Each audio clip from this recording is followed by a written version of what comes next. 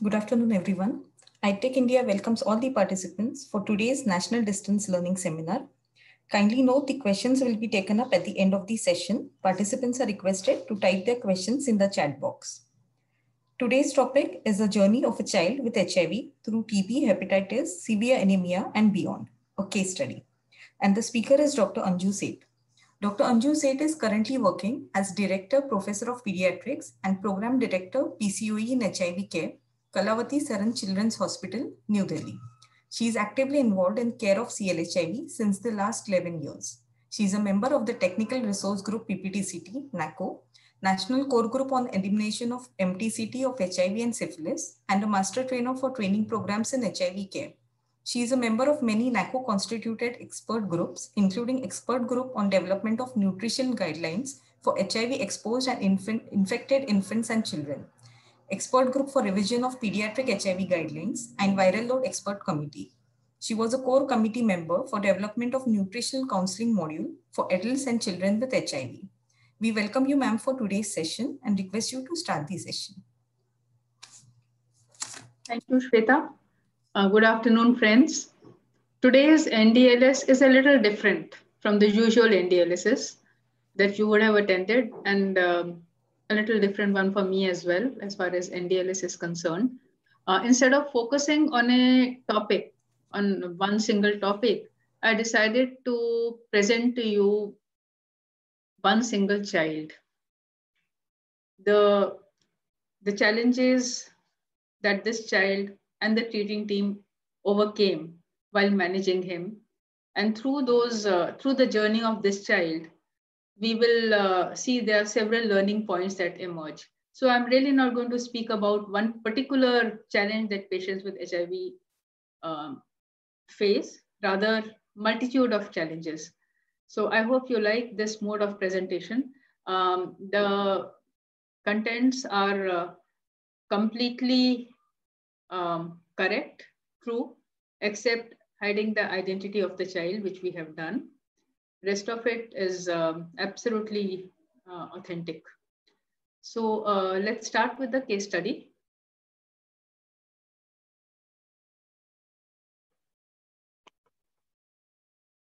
Okay, so this is a 9-year-old child who was first admitted in our hospital in January 2016. He had come to us with history of fever, cough, and breathlessness. When he reported to the hospital casualty, he was tachypneic. He had hypoxia. His SpO2 in room air was 88%.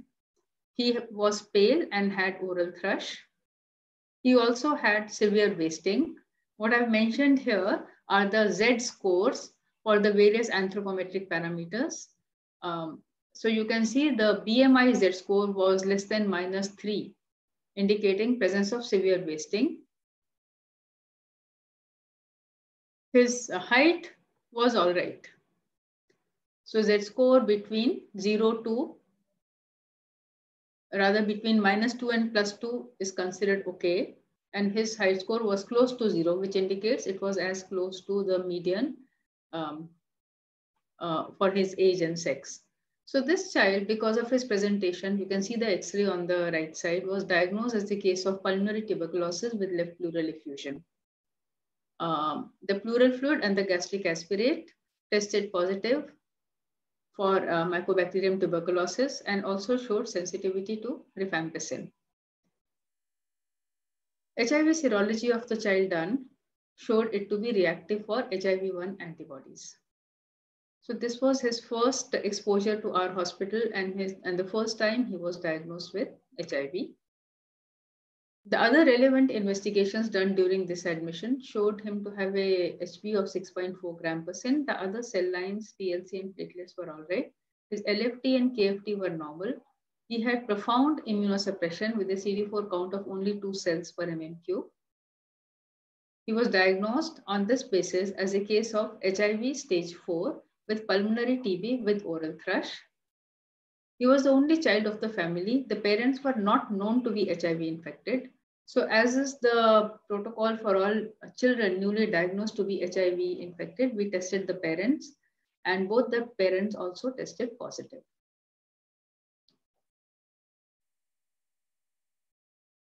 So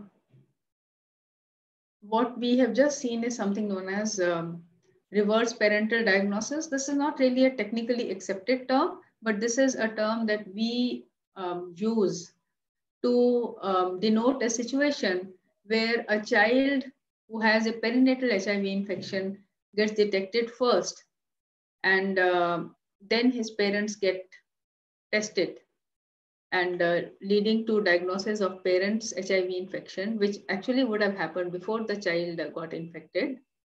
And but because the child normally HIV progresses much faster in children as compared to adults, so it's not a unusual situation that the parents of the child may be either asymptomatic or sometimes they're just mildly symptomatic and have not been investigated for HIV as of now.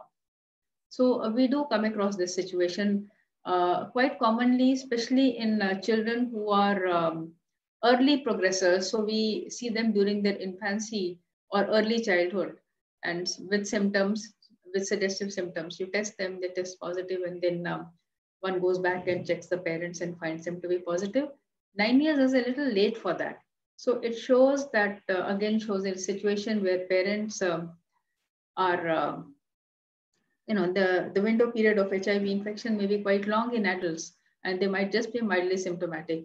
Not, of course, discounting the fact sometimes parents may be hiding that they have HIV. That also is possible, but this set of parents was at least not taking ART. So if they were, most probably they were not detected at all, and this was the first time they were detected. Okay? So this situation actually is a very, very devastating situation for the family, where they have come to us for treatment of their child.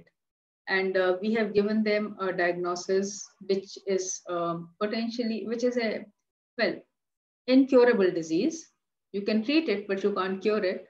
And not only the child, we have also pronounced the parents, one or both of them, to be suffering from the same disease. Sometimes other children in the family may also be positive. So this is a very, very devastating situation, and it actually requires a very sensitive patient handling, counseling, and support. So that's something for the ART center counselors and medical officer to acknowledge and deal with them in a very, very sensitive manner. The acceptance itself takes a lot of time. So all the 3 family members of this child were registered at our center for providing him comprehensive care. Just a quick look at HIV-TB co-infection with which this child was diagnosed. It is well known that people with HIV are nearly 30 times more likely to develop TB as compared to people without HIV. Not only are these people more prone to develop TB, they're also HIV-TB co-infection carries a mortality of nearly 15 to 18%. So that is the reason why intensified case finding of TB using the 4 symptom complex that you're all familiar with, it's being done routinely for all PLHIV at every visit, because that's something you don't want to miss. So as a routine, if a new patient is diagnosed to have TB, we always investigate for HIV, and vice versa. If a patient is diagnosed to have HIV, we always investigate for TB. So this child actually came to us with pneumonia, which proved to be tubercular, and subsequently he was diagnosed to have HIV as well. In such a patient who has both TB and HIV, the first priority is always to start anti-tuberculosis treatment. It serves 2 purposes. One, ATT is also not a single drug. Of course, it's a combination pill. And during the first intensive phase, it's a combination of 4 drugs. So when we start a child on ATT, it gives time for the patient to adjust to the effects. Sometimes there are adverse effects related to ATT. So it gives patient time to adjust. And also, another important reason is that if we give ATT first, we reduce the TB antigenic load by the time ART is initiated. Therefore, once the ART is initiated and the immune reconstitution occurs, the chances of IRIS, TB IRIS is one of the commonest irises we see in patients with on ART. The incidence of IRIS can be reduced. So the recommendation is that ART should be started within 2 weeks to 2 months of starting ATT. So we would like to first start the patient on ATT, stabilize him on ATT, and then move on to add ART, and which really should not wait indefinitely, ideally started within 2 weeks to 2 months. There is a caveat there that one can, if the patient is in a desperate situation, earlier initiation may be done in severely immune compromised patients as per the judgment of the clinician under clinical and lab monitoring, and this requires a strict monitoring. But usually, a good idea is 2 weeks to 2 months, and usually it works out fine because it's not only about starting ART. Starting ART also has so many other issues to be dealt with, not to mention the counseling of the family. So it does take about 2 weeks, and that is the time to stabilize the patient on ATT, look after his any other nutritional or other comorbidities, and then begin ART. So what did we do with Ronit? Ronit was diagnosed with HIV stage 4 with pulmonary TB and oral thrush. When he came, he was very sick. He was hypoxemic. So he was admitted to ICU and he was started on broad spectrum antibiotics. And he was started on HR ATT. That's first line ATT was started, the HRZD. He was also started on oral fluconazole for his oral thrush and cotrimoxazole prophylaxis because he was severely immune compromised. He stabilized, he improved, and he was discharged after 10 days of admission. After being linked to our ART center, by this time the family evaluation and preparedness counseling had already started.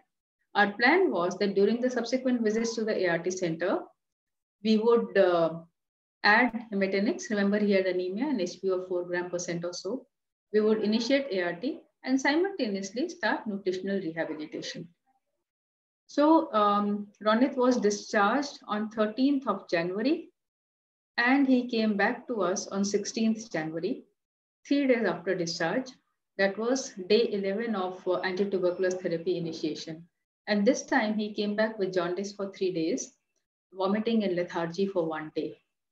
When we investigated him, his liver enzymes were elevated, SCOT of 800 IU per ml, SGPT of 670 IU per ml. He had a bill of 2.5 milligram %. He also had a prolonged prothrombin time with the INR of 1.9. So our provisional diagnosis was hepatitis. So what could be the cause for hepatitis? So these are the differential diagnoses we should consider in Ronit at this stage of his illness. One, because is it an opportunistic infection involving the liver? Is it sepsis?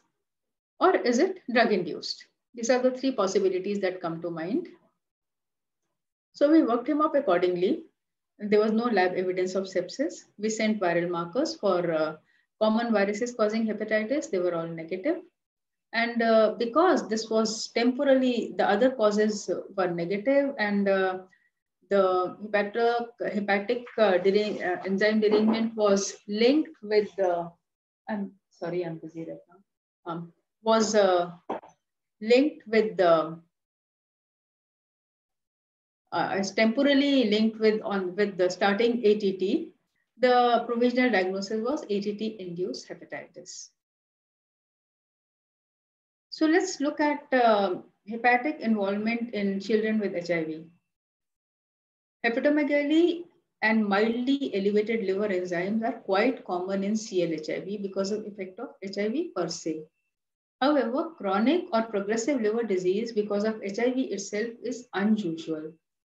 And if we see a chronic or a progressive liver disease in children with HIV, we should consider the following causes. These include co-infection with viruses, all type of hepatitis viruses, A to E, CMV, Epstein-Barr virus, co-infection with MAC, Cryptosporidium, drug toxicity, and infrequently fatty liver, non-alcoholic steatohepatitis. So what about drug-induced hepatotoxicity? in a child with HIV and TB. So drug-induced liver disease is a well-recognized adverse drug reaction of ATT as well as ART. Okay? So nearly 5 to 33% of cases on ATT and almost the same numbers on ART, depending upon the regime, can report hepatotoxicity. And since if a patient has both HIV and TB, the co-infection increases the risk of hepatotoxicity. So the important hepatotoxic anti-tubercular drugs are INH, rifampicin, and pyrazinamide. That is 3 of the 4 drugs that we start in the intensive phase of HRZE. These three are hepatotoxic. What are the other factors that contribute to drug-induced hepatotoxicity in CLHIV with TB? So if the child has been started on ART, that's another very, very important cause of hepatotoxicity in CLHIV with TB. And hepatotoxic antiretroviral drugs actually belong to all groups. And transaminitis has been reported with almost all ARTs, whether it is NRTIs or NNRTIs or PIs. But the drug which carried the highest risk of hepatotoxicity is nevirapine, something which we are now really almost phasing out from our first line preparations. We are not using it anymore. And one of the reasons is this, the hepatotoxicity. Cotrimoxazole, another drug commonly administered to patients with HIV as a prophylactic agent against pneumocystis cerevisiae and other infections, can also contribute towards hepatotoxicity. And I'm quoting a study here in which the authors looked at the risk factors for ATT-induced hepatotoxicity in patients with HIV as compared to those without HIV. So in this study, they had actually included PLHIV who are not on ART. And what they found was presence of HIV infection increased the odds of hepatotoxicity induced by ATT by nearly 3.6%. The other important factors that contributed towards it were concomitant other drug intake, which meant not the ART, other drugs. Some of them were taking other antibiotics, cotrimoxazole, or some local herbal preparation, etc. Concomitant use of other drugs increased it, and a low CD4 count of less than 200 increased the odds by nearly 4.3%. See, by 4.3%. So our patient had HIV infection. He also had concomitant other drug intake, and he also had a low CD4 count. He had all the 3 risk factors. How does one manage ATT-induced hepatotoxicity? So as I said, transient asymptomatic increase in liver enzymes can occur during early weeks of treatment, and this does not require treatment modification. So, any raise in enzymes is not automatically labeled as drug-induced liver injury. Rather, drug-induced liver injury is said to be present if at least one of the following criteria is present. These are a rise in levels of ALT or AST more than 5 times above the upper limit of normal when a person is asymptomatic. The rise beyond 3 times the upper limit of normal when symptoms such as nausea, vomiting, or diarrhea are present, or rise in serum bilirubin above 1.5 milligram per deciliter. Presence of one or more of these criteria indicates presence of DILI or drug-induced liver injury. So this flow diagram shows us how do we manage drug-induced hepatotoxicity secondary to anti-tuberculous drugs. Remember, as I said, of the 4 drugs used in the intensive phase, 3 drugs are hepatotoxic. So first thing to be done is, you need to stop the ATT. So you would like to start him, you continue only ethambutol, you add streptomycin, add ciproflox or Oflox or Levoflox. Stop the INH rifampicin and pyrazinamide.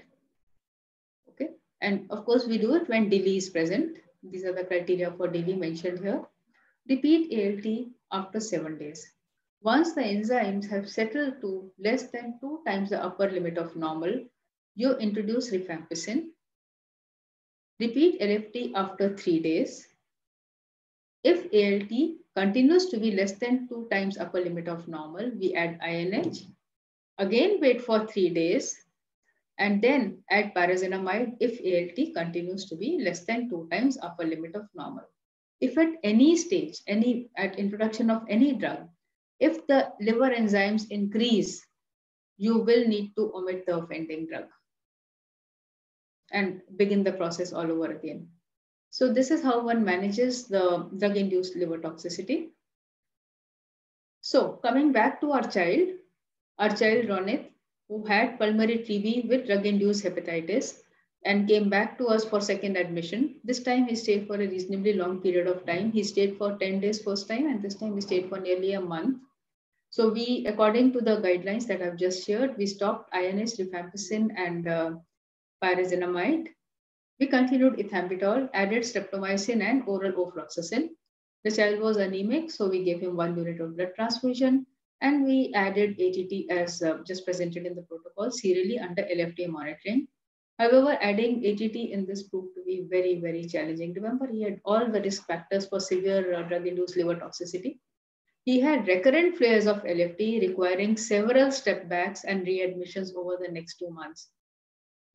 So, in fact, the third admission was we discharged him on 15th February. He was back to us on 7th March and for drug-induced hepatitis. So we actually we could not even introduce the drugs in full dose. We had to introduce in half dose each, followed by full dose, monitoring LFT, and then adding the next drug.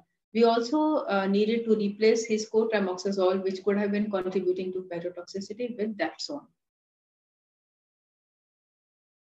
So while we were still in the process of introducing and stopping his anti-tubercular drugs, this was now towards the end of March, and this was his 4th admission. That this time the child came back to us with severe anemia. And if you look at his hemogram reports, on 20, he came with the HB of 3.2. Just to remind you, he had come to us the first time around with a hemoglobin of 6.2, and he had received a transfusion at that time. And then he was admitted again next time for hepatotoxicity. Then again, he was anemic and he was given a transfusion. But this time it was a more severe anemia, which was the presenting complaint. He came to us with a hemoglobin of 3.2 gram%, and the retic count was low. See, 0.22 is quite low for the anemia that he has. It was a normocytic normochromic anemia. We also saw that his TLC was low and platelets were also on the lower side of normal. Liver enzymes were kind of doing okay.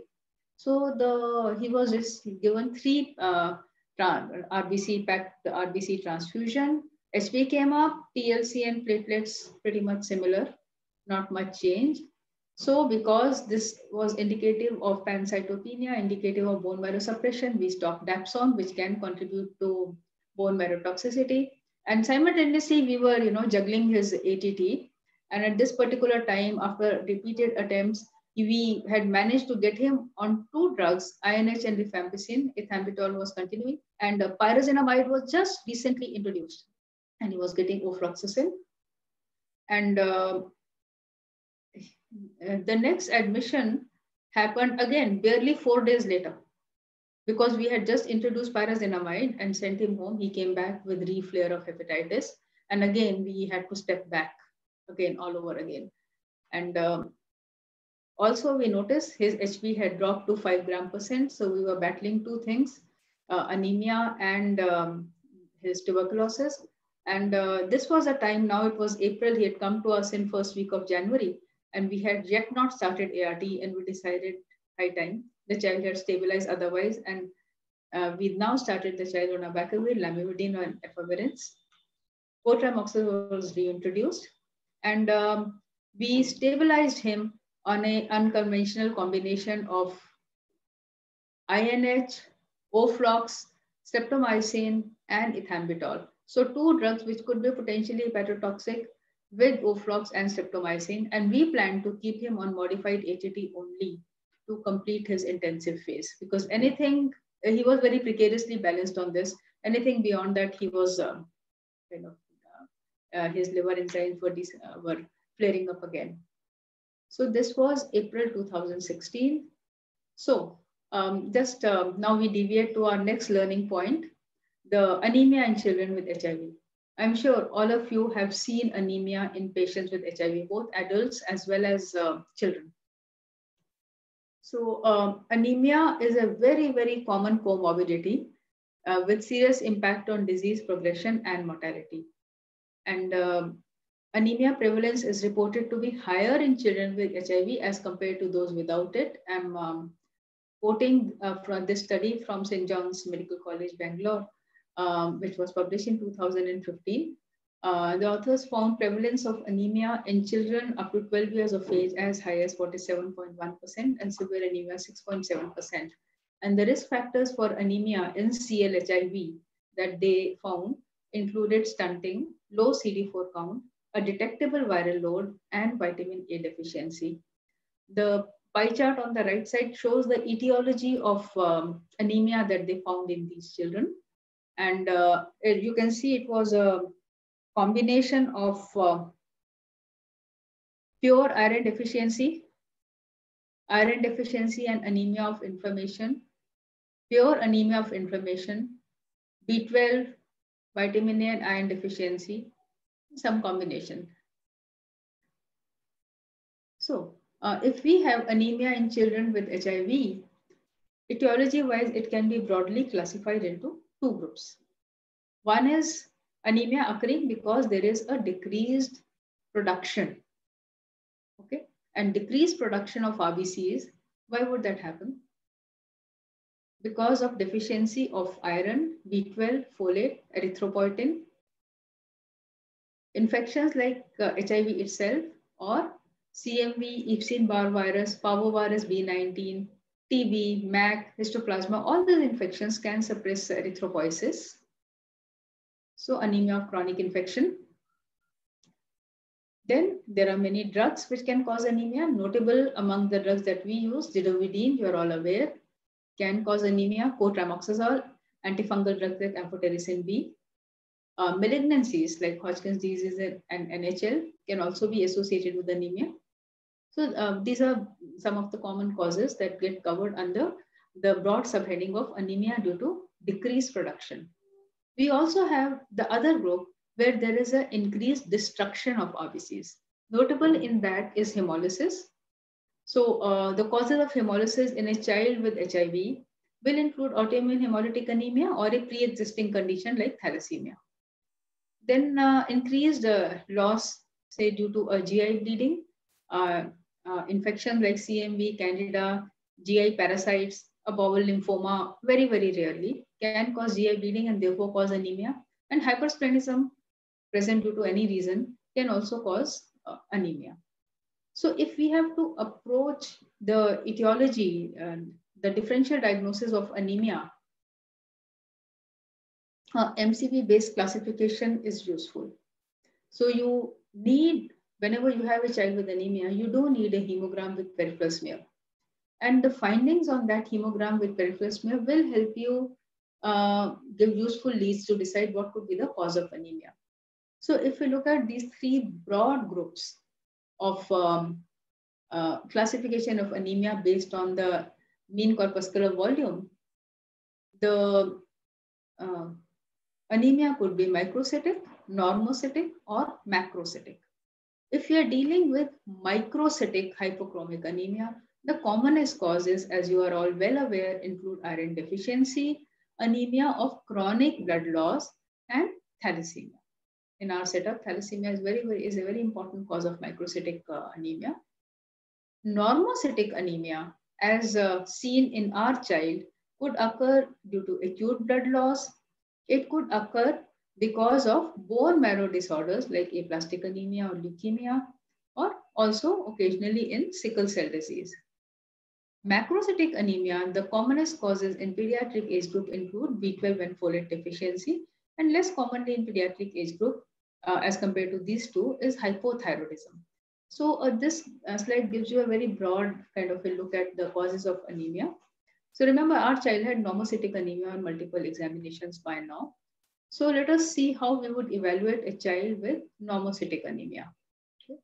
So we would like to review the history, get a retic count, and get a peripheral blood smear. That's the least you can do. You cannot only look at hemoglobin. So is the retic count high or is the retic count low? What did our child have? Our child had a low retic count. Okay. So if there is anemia, normally the normal response of bone marrow to anemia is to produce a appropriate reticulocyte response to take care of anemia. So if it is low, it indicates a bone marrow hypofunction. Now, why would bone marrow be not functioning? One possibility is, there is underlying chronic disease. So medical disease suspected. So in which case you work for, is there an underlying any chronic disease? Is there a thyroid disorder? Is it a renal disease? Is it hepatic dysfunction and so on? You work for that. Is there underlying inflammation? Consider iron studies for diagnosis of anemia of chronic disease. And thirdly, is a smear abnormal? Now, our child did not only have anemia, our child with low retic count, he also had low TLC and a low platelet count. In such a situation, one should consider bone marrow disorders like leukemia or myelofibrosis. Now, this is a situation it requires further evaluation by bone marrow aspiration and very often bone marrow biopsy if you are suspecting, say, aplastic anemia. So time to refer to a pediatric hematologist. Okay. Of course, if the normocytic anemia was associated was a high retic count, what it indicates is a high RBC turnover. Then we need to first actually look out for hemolysis. So hemolysis could be congenital or acquired. So one has to think of various hemolytic anemias like hemoglobinopathies, membrane disorders, or acquired causes like autoimmune diseases. Okay. And if hemolysis is not present, then one would have to look for hypersplenism or consider blood loss. And if you are not able to sort it out, of course, one needs to refer to a pediatric hematologist. So our patient had a normocytic anemia with a low retic count and an abnormal smear. So what was indicated was a bone marrow evaluation here. So on his 6th admission, when Ronit came back to us, this was in the month of May 2016, yet again with severe anemia, we did a complete workup. The DCT was negative. Serum B12 and folate levels were normal. His ferritin was elevated. And this elevation in ferritin was actually, could be attributed to 2 things. One could attribute it to repeated blood transfusions that the child had received by now. And also ferritin is a acute phase reactant and can be elevated in acute inflammation of any disorder, acute inflammation due to any cause. So we did bone marrow aspiration for this patient, which is always the first thing to be done in this situation rather than biopsy. It was cellular with few hypocellular particles. Cells of erythroid series were decreased, showing normoblastic reaction. Myeloid series showed normal maturation. Megakaryocytes were adequate, and mild increase in number of plasma cells and histiocytes. There were no abnormal cells, parasites, or granuloma. So, and bone marrow iron was elevated. So this time when the child came to us, we gave him again PRBCs, deworming was carried out. Hemoglobin again improved. We continued with our modified ATT and ART. He was back within another 2 weeks, 2 or 3 weeks. And this time he had very clear pancytopenia, HP of 3.5, low retic, 3,200 TLC. Platelets were okay. Again, normocytic normochromic anemia with mild anisocytosis. Repeat one showed similar findings. So a suppression of 2 cell lines is called pancytopenia. So again, he received 2 PRBCs. We had sent a bone marrow biopsy earlier and it turned out to be inadequate. And so we did not really know what was going on here. In the meanwhile, he finished the intensive phase of modified ATT and we shifted him to the continuation phase. And we decided to continue him on INH ethambutol and ofloxacin. In the meanwhile, the antiretroviral therapy was continued. And since we did not really have a clear evidence of why his bone marrow was suppressed, we sent the sample for parvovirus B19, DNA PCR was sent. So his next admission was in July. And again, with severe anemia and retic count, we repeated a bone marrow biopsy, and this time bone marrow biopsy showed erythroid series was decreased in number, very few cells seen showing normoblastic reaction, occasional pro-erythroblasts showing intranuclear basophilic granules, myeloid series showed a normal maturation, megakaryocytes were adequate, and in the meanwhile, we also received his parvovirus B19 DNA PCR report, which turned out to be positive. So at last, we had found a cause for his anemia. And parvovirus B19, as per the recommended guidelines, he was treated with IVIG in the dose of 1 gram per kg given for 2 days. And we continued him on ATT and ART. He subsequently had, again, repeated infections with severe anemia, very, very similar finding. And a repeat course of IVIG was given 1 month later. Didn't help. By this time, he again came back with anemia. We again excluded all other contributing causes. Again, B12 folate was normal, ferritin was progressively rising. And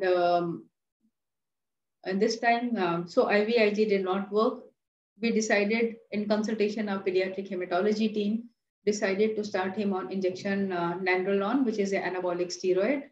And we decided to give it for a period of weekly doses for 16 weeks. And we continued ART and ATT.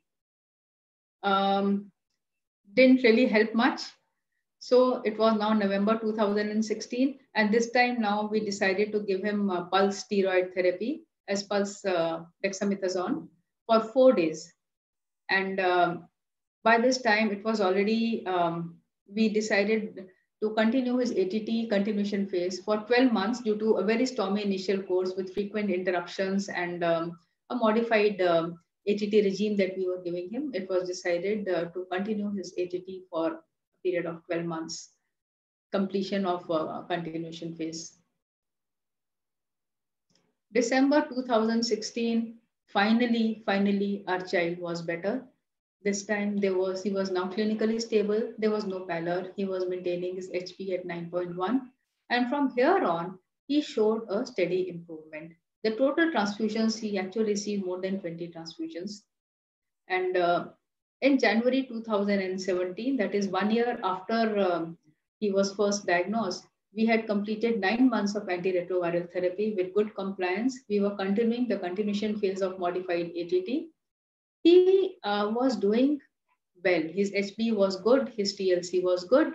And if you can look, his BMI had improved from minus 3.48 Z-score to 0.7 Z-score. His height Z-score had also improved. The fellow was, despite that initial course, which was very, very stormy, he was improving steadily. Now, further course, in June 2017, we stopped finally his ATT after making sure that the child was well. And we continued ART, and this is how his CD4 had behaved. He came to us with a CD4 count of 3, which at the end of 1 year had risen to a healthy 481 cells per mm³. We had now stopped his ATT, and of course his anemia was thankfully a story of the past. A quick look at parvovirus B19 infection. Parvovirus B19 is a common pathogen that actually infects more than 50% of all of us by adulthood. However, infection is usually asymptomatic in people who are immunologically competent.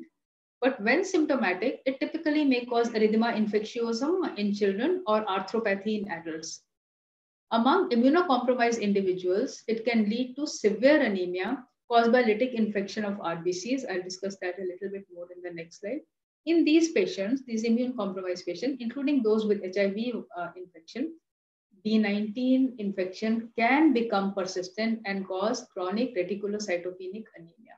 So it's a very common pathogen and usually asymptomatic, but in HIV can be, as with also other immune compromised states, can become persistent. So parvovirus B19 infection in patients with HIV is an important treatable cause of anemia. Okay. And the reason is that these patients, because they're so immune compromised, they cannot produce neutralizing antibodies to the virus. And this leads to a persistent viremia. And usually seen in people with HIV who have a CD4 count less than 100 cells per mmQ, as was the case with our child. The parvovirus B19 targets the pro-normoblasts and causes a lytic reaction, causing pure red cell aplasia or aplastic anemia.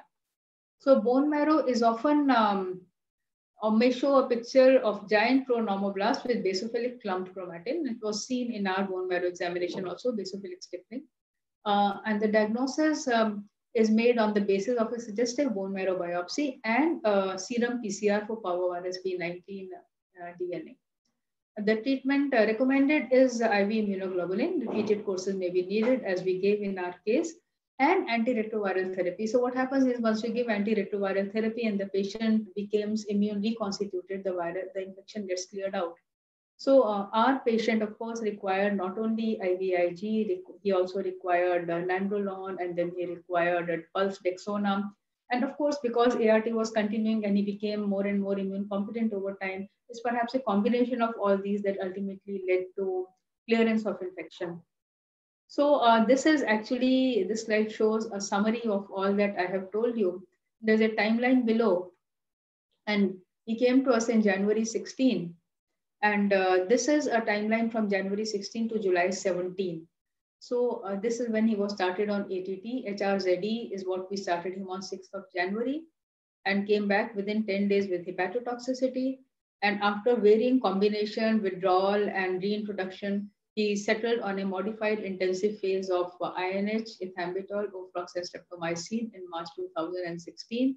Continuation phase, we managed to start only in June 2016 and finally stopped his ATT in June 2017 after 1 month of continuation phase. So what about his ART? We started with a CD4 count of 2 and a severe wasting. We managed to start a ART because of the STOMI initial course only in April 2016 with a low CD4 count, which started improving steadily. And within 4 months, the CD4, 5 months, it had improved to 87. By next year, January, he had started showing steady improvement. BMI had already improved to 0.7. CD4 continued to improve to 481. So 1 year down the line, his CD4 improved from 3 cells per mm³ to 481. And currently, if we see in June 2019, that was his last viral load done. His viral load was undetected and his CD4 was a healthy 655 cells per mm³. He has just very recently undergone another viral load. It got delayed because of COVID-related issues, but the boy had come to our ART center very recently and has undergone a test. And this is where his anemia course was.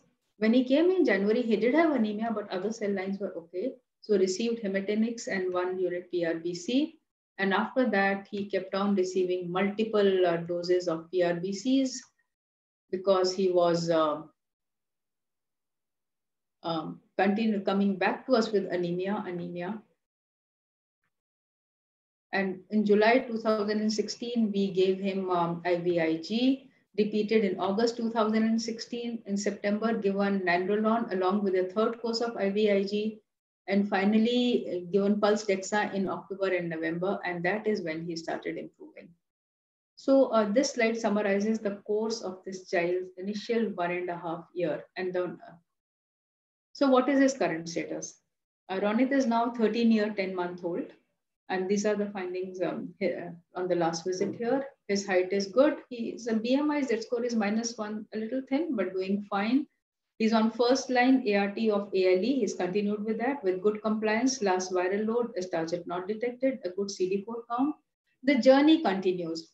He has overcome the challenges so far, a very, very stormy course, but these challenges are by no means over.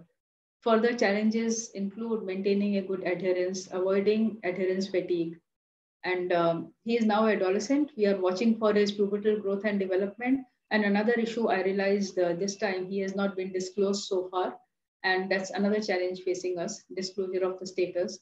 And so the life goes on and journey goes on. I'm sure with the current system, we hope to emerge victorious. So friends, through this case study, several points are highlighted. One, this child, a newly diagnosed case with HIV, had two very common comorbidities that CL-HIV have, that is tuberculosis and anemia. Yet, management of both comorbidities proved very challenging, and it required multiple admissions and inputs from multiple pediatric subspecialties. So what should you be, why am I sharing this? Why should ART Center medical officer be aware of this? One, the important messages for especially the ART Center medical officers are, one, all CL-HIV should be monitored for hepatotoxicity. Not only those who are started on ART, but also those who are started on ATT should be monitored for hepatotoxicity very diligently. Those with hepatotoxicity should be referred for expert advice and management. Sometimes, and this has been our experience with other children with HIV also, that hepatotoxicity is very challenging to manage in this situation, especially children like Ronit who are severely immune compromised. Another important message is when you have a child with anemia, please evaluate with at least a full hemogram and a peripheral smear for type of anemia. Most of the time, it is going to be nutritional anemia. But once in a while, you may come across something different, like our Ronit had. And suspicion of anything beyond nutritional anemia should be referred for expert opinion. Don't just blindly keep on giving iron. It would require evaluation. So to summarize, this case study has demonstrated various challenges in management of a child with HIV. The factors contributing to successful outcome in this case, I would say so far, as I said, the journey continues. One, persistence on part of the managing team. I do remember Ronit coming back every few days, early 2016, and all of us feeling dismayed. Oh, Ronit fir se aa gaya. Everybody in the hospital, all the residents, all the nurses, all the orderlies, everybody knew Ronit. Of course, everybody in ART Center also knew Ronit. But we never gave up hope, and we never gave up trying. So persistence on part of managing team and reading, we read up. We took opinions, and that helped. So team approach involving multiple specialties, of course, HIV, pulmonology, hematology, everything thankfully available in my own institute helped. A great family support. The family never gave up also. They were always very, very supportive of the child, kept on coming back for as many admissions. It's not very easy. Multiple blood sampling, bone marrows, invasive investigations, everything the family went through. And very, very sensitive and responsive counselors who were really responsible for building and maintaining the morale of the child and family. I would also like to, another important thing that this case study has demonstrated is importance and advantages of a meticulous record. You realize that now this is more than 4 years, nearly 5 years since the child has been coming to us.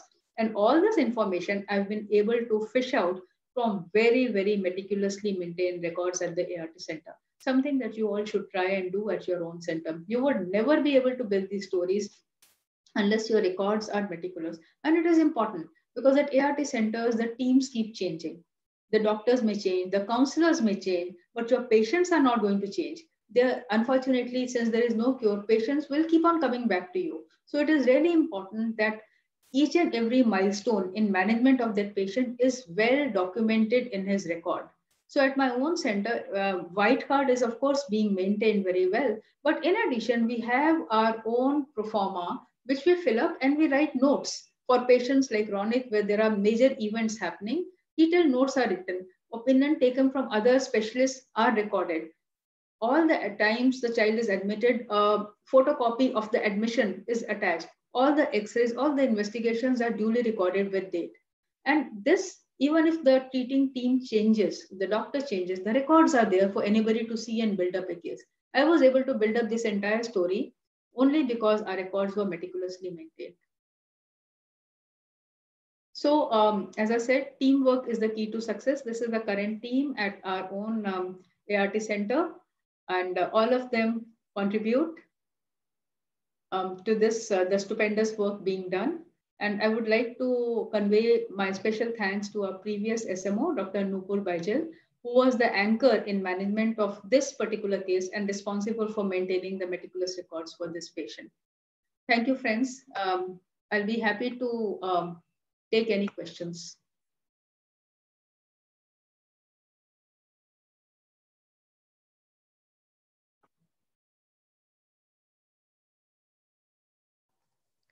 Ma'am, there's a question in the chat box. There are perhaps many questions. So maybe you could select a few. I have not been able to look at the questions because I was presenting.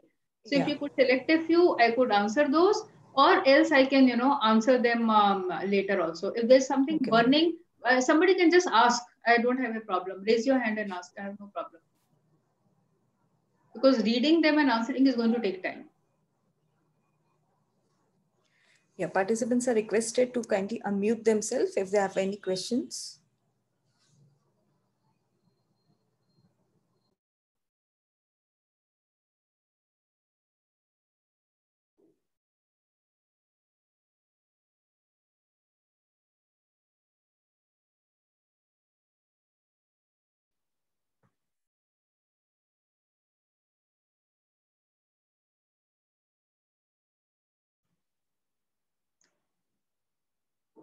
Okay, I think I don't really see.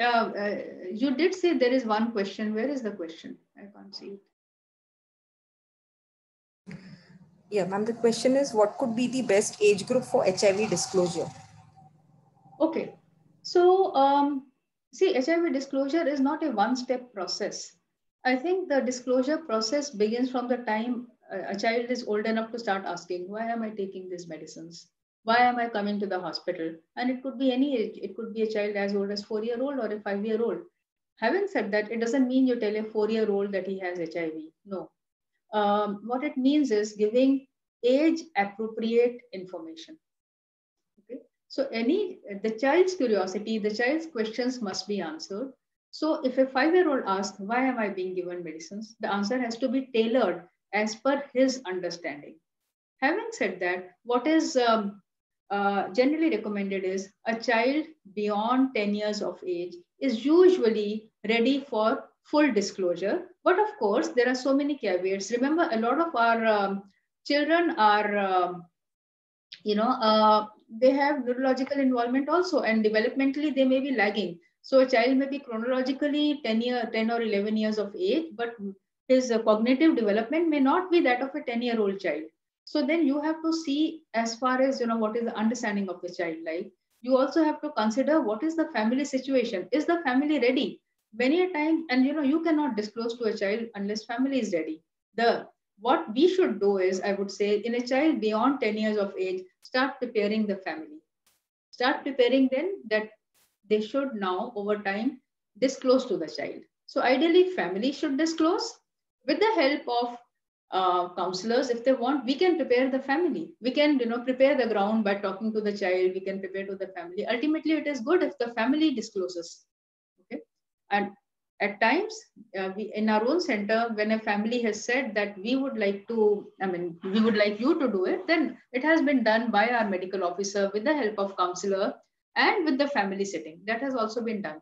But I think moral of the story is beyond 10, with family consent, judging that the child and the family are ready is the time to start disclosing. Thank you, ma'am. Second question, how to approach a child with gradually decreasing HB levels? Okay. So anemia is common. It would depend upon, are you dealing with a child who is pre-ART or who is on ART? Because on ART, you have to keep in mind the drug toxicities. So of course, zidovudine is the drug most associated with anemia, but other antiretroviral drugs can also cause it. So pre-ART or post-ART, any anemia developing post-ART, you have to think of that. Like in our patient, for example, ART was not even started before his anemia became a problem for us. So in a child, before starting ART, your approach, first thing you need to do is do a hemogram with peripheral smear. See what kind of anemia it is. A usual anemia would be associated with a reticulocyte response, showing that bone marrow is responsive to that anemia. Okay? So one would look at the hemogram in peripheral smear. Look, is it only involvement of one cell line, that is RBCs, or are the other cell lines also involved? In our case, two cell lines were involved, the hemoglobin as well as the WBC count. That, coupled with the fact that there was a low retic count, indicated a bone marrow failure. Okay? So the situation may vary. If it is only a single line, then you have to see, is it a microcytic anemia, normocytic, or a megaloblastic anemia? The approach has already been there in the slides, so you can go through that in detail. But the first step is always a hemogram with peripheral smear, and then rest of the approach follows.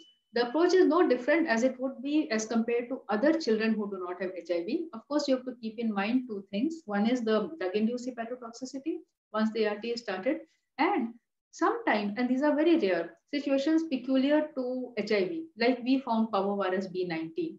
And that's not a first investigation that you will send, because it's an unusual cause. You will first rule out the common causes. I think the approach should be this. As a medical officer, if common causes are not, you should have enough insight to know, enough information to know that this is not one of the common causes. If that happens, kindly refer for specialist opinion. And when when you get specialist opinion, you also learn. So don't manage anything beyond what you think is nutritional anemia. Any doubt that this is not nutritional anemia, please refer for specialist opinion.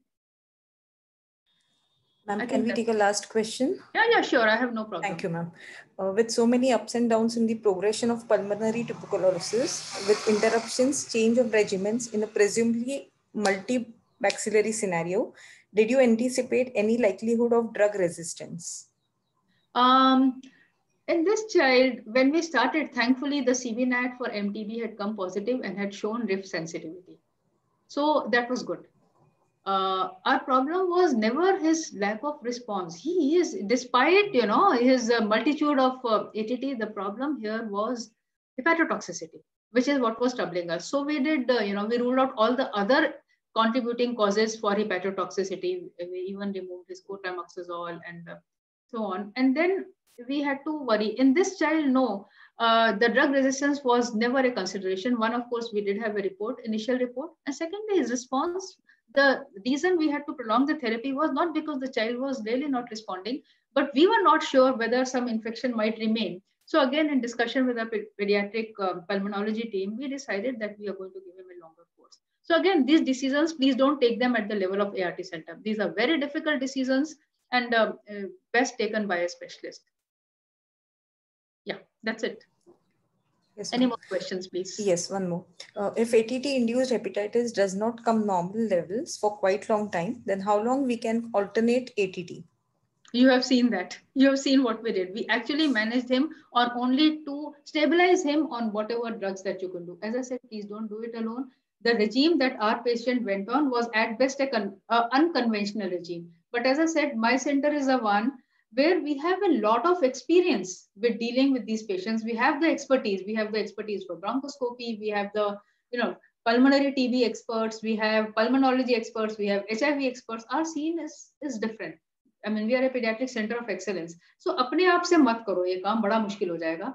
Such a child, you saw how many admissions he required. So you need to do it in conjunction with the Department of Pediatrics, who is experienced in dealing with such cases.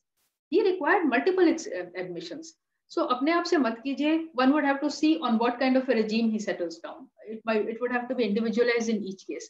The stereotypic approach is what I showed in that flow diagram, that you withdraw all drugs if a patient has hepatotoxicity and introduce one drug at a time. And that's a lot of patients settle down. This patient was particularly troublesome, and we have seen this kind of trouble in some more patients with HIV also, but majority of patients do settle down with time. That's it. Is that all, Shweta? Yeah, ma'am. I think it's a question in continuation to the previous one. Okay. Does ATT induced requires treatment with hepatic tonics or tabs to bring down the levels of LFT? No evidence of that. That's what I would say. So we manage it in as supportive a way as required. For example, if a child has coagulopathy, he would require vitamin K. If it doesn't respond to vitamin K, he will require fresh frozen plasma. If these patients go into hepatic encephalopathy, it's a supportive management. So hepatic tonic really don't have too much of a role. You manage the way you manage any other hepatic encephalopathy if they go into that. But usually what works in drug-induced hepatic toxicity the most is withdrawal of the offending agent more than anything else. Ma'am, there's a statement. We don't give streptomycin nowadays as alternative ATT in case of hepatotoxicity. I'm not aware of that. And our team here did not suggest that. I suggest we look at the guidelines. If we still, to the best of my knowledge, at my own center, we do give streptomycin in patients with hepatotoxicity. But one can look up the guidelines. So I don't claim to be the last word in that. Remember, as I said, this is a team of experts who works. As far as I know, we definitely give it. But kindly go ahead and check the guidelines. Yeah, thank you, ma'am. No more questions. Okay, thank you. Yeah, thank you, ma'am, for your time in this informative session. Thank you to all the participants for patient listening. Ma'am, we can end the session now. Thank you. Thank you, ma'am.